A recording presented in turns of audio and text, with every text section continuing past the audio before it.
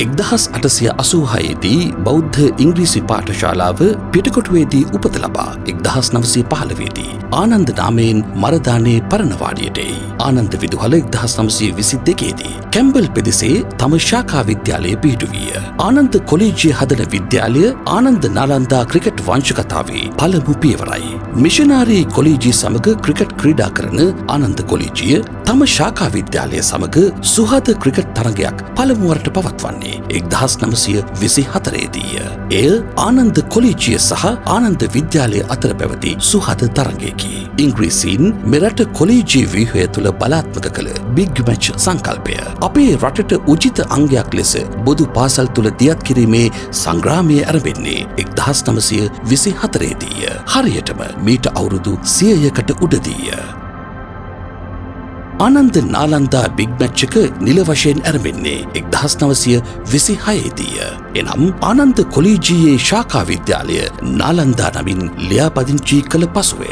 ඉංග්‍රීසීන්ගේ cricket ආධිපත්‍යයට මුහුණ දීම සඳහා ආනන්දයම දෙපිලකට බෙදී කොලෙජිය සහ විද්‍යාලය ලෙස තරඟවැදීම ඓතිහාසික සිදුවීමකි.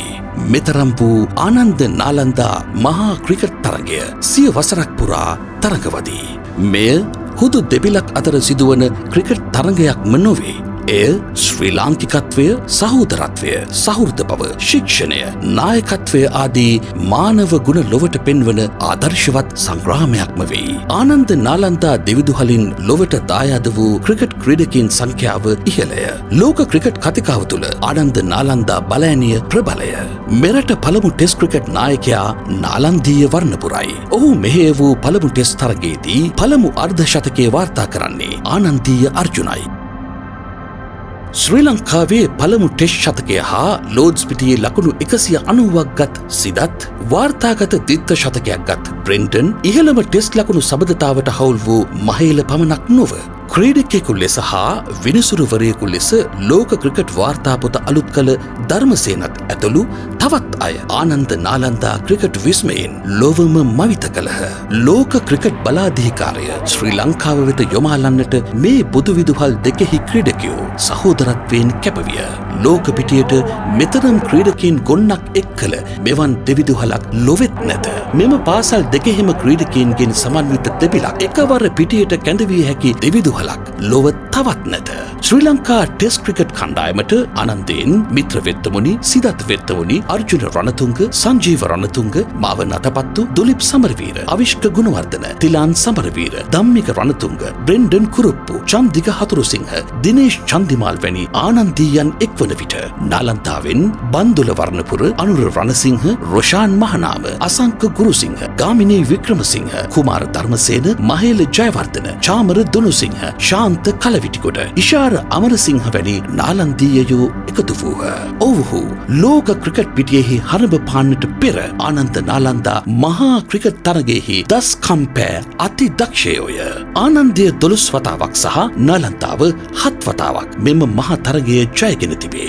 වර්ණපුර, අර්ජුන, මහනාම, මාවන්, මහේල, චන්දිමාල්, කණ්ඩම්පි යන ආනන්ද නාලන්දා විශිෂ්ටයින් ශ්‍රී ලංකා පිලේ නායකයින් ලෙස ඉතිහාසගත වේ. ආනන්දේ තිලින කණ්ඩම්බි, ප්‍රසන්න අමරසිංහ හා නාලන්දාවේ බන්දුල වර්ණපුර, රොෂාන් මහනාම, ශාන්ත කලවිටිගොඩ යන ක්‍රීඩකයින් බිග් මැච් උණුසුමෙහි වැඩිම ලකුණු ලැබූ ක්‍රීඩකයෝය. තැබූ වාර්තා තව බොහෝ ඇත.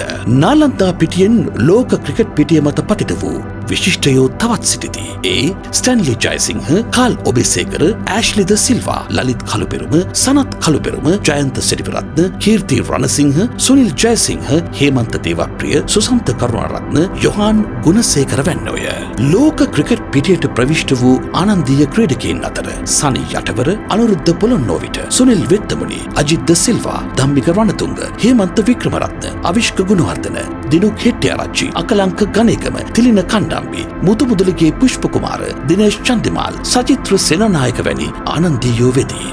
බ්‍රිතාන්‍ය ආක්‍රමණිකයන් මෙරටට ගෙන ආ ක්‍රිකට් ගැටුම මානව සහෝදරත්වය, ජාතික හැඟීම, ශික්ෂණය, චිත්ත ඒකාග්‍රතාවය, අරමුණු හඹා යාම, අප්‍රතිහත ධෛර්යය ආදී වූ උතුම් මිනිස් ගුණ වඩනා ක්‍රීඩාවක් ලෙස මෙරට බොදු පාසල් ද්විත්වය තුළ ස්ථානගත කරන්නට සියවසක් පුරා තරගවැදී ආනන්ද නාලන්දීයයෝ අපමණ ලෙස කැප වූහ. මෙරට ක්‍රිකට් විලාසය ලොවට ගෙන ගිය ආනන්ද නාලන්දා ක්‍රිකට් අද්විතීයතාවය යළිදු සවිමත් කළ යුතුය. අර්ජුන මාවන් බන්දුල මහේලලා තව තවත් අප ලක්මාතාවට උරුම කර දෙන්නටත් ඔවුන්ගේ කරමතින් අප රටට යළිදු ඒ ලෝක අභිමානය රැගෙන එන්නටත් අප සැවම එක්සිත්ව පෙළ ගැසිය යුතු නොවේද.